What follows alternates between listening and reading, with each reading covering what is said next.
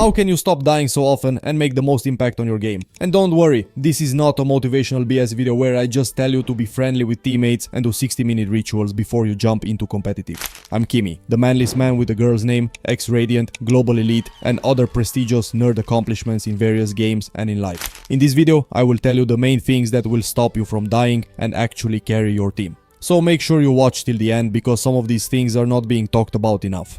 But before jumping into these things, I want to talk about something that will not help you play any better, even if it will help you stop dying non-stop. And I'm talking about the exact thing that you average duelists stuck in silver are doing every game. I mean waiting for the entire enemy team to die just so you can get exit frags with zero impact. Yes, indeed, this will make you get a good KD, so you can brag at the end of the game that you did your part, you had a positive KD, your team just sucks. The only problem is that you're playing duelists, my man, and you're the last one entering the site. So if you know someone like this, please send him this video so he knows that he is not actually any good at the game, he is just a lamer.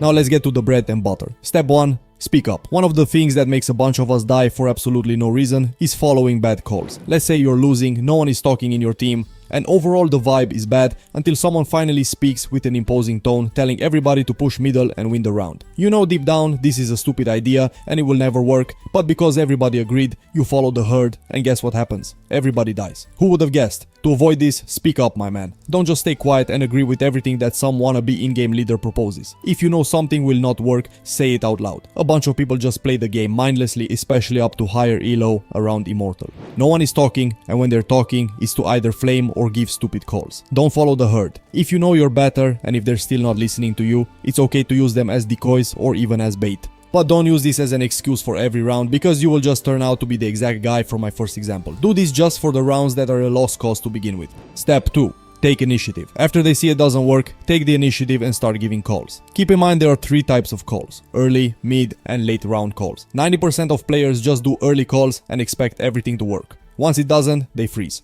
So prepare scenarios for early, mid, and late rounds in your mind. If early calls don't work, something like rush B, try to turn it into a fake or leave a lurker in B side while your team moves towards middle, and so on. With a clear plan, you can actually not die so much and avoid walking around aimlessly on the map.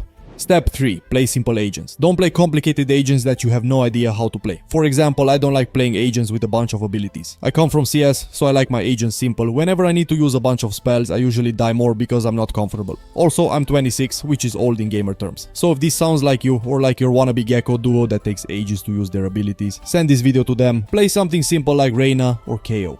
Step 4. Stick to what works. Another scenario that makes people first of all lose the game and second die a bunch of times is trying to be smartasses. In competitive shooters there is a magic rule. If a strategy works, do it until it doesn't anymore. If you rush B every round and you win every round, why would you change the strat? For some reason there is always that nerd that says, guys, I think we should go middle now. And the herd effect happens again. You all go middle and guess what happens? You die.